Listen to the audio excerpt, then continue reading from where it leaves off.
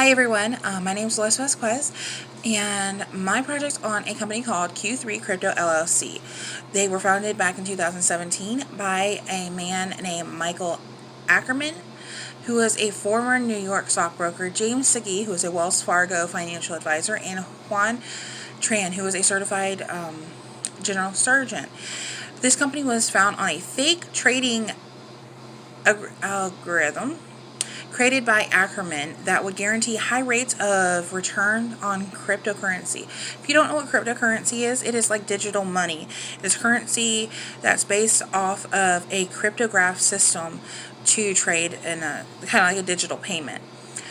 They ended up defrauding 150 investors, most of them being doctors. Since Tran was a certified general surgeon, they targeted doctors since he was a trusted surgeon. The first go around, they ended up raising $1 million from these doctors. They then limited their partnership, continued to raise upwards of $33 million. The problem, obviously, was manager-wise, was the fact that this whole company was based off fraud. Another issue that was presented was not only that this company was based off of fraud. James Segui, who was the Wells Fargo financial advisor, dropped Wells Fargo's name several times in trying to get these investors. In the beginning of March, a lawsuit was brought up against Segui, Tran, and Ackerman for negligent neglect and unjust enrichment, as well as conspiracy to commit fraud and misrepresentation, which is exactly what they did, with the fact that when they did the Ponzi scheme, they basically used investors to pay off other investors. Wells Fargo was brought into the case because the plaintiffs claimed that the company failed to check on Segui, who was an active financial advisor in their company, because of the fact that he kept dropping Wells Fargo's name.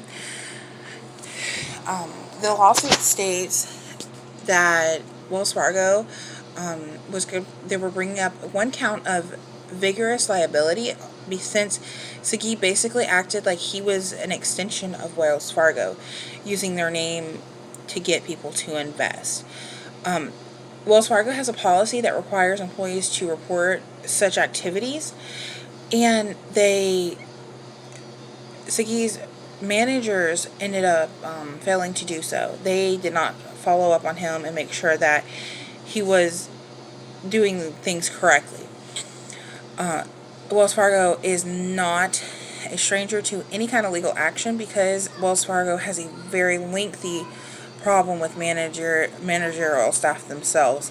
Last semester I did a project on the problems with Wells Fargo, and the fact that Wells Fargo had a lawsuit against them for fraud, for opening hundreds and hundreds of fraudulent accounts, because the managers were pushing the bank tellers so much to open new accounts that bank tellers basically felt like they had no choice but to open these fraudulent accounts. My question to you is, do you think that the court should treat Wells Fargo like an extension, or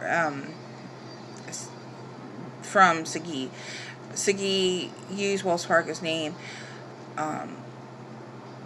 and they basically, investors basically thought, oh, well, if Wells Fargo was in on it, then I guess we're good.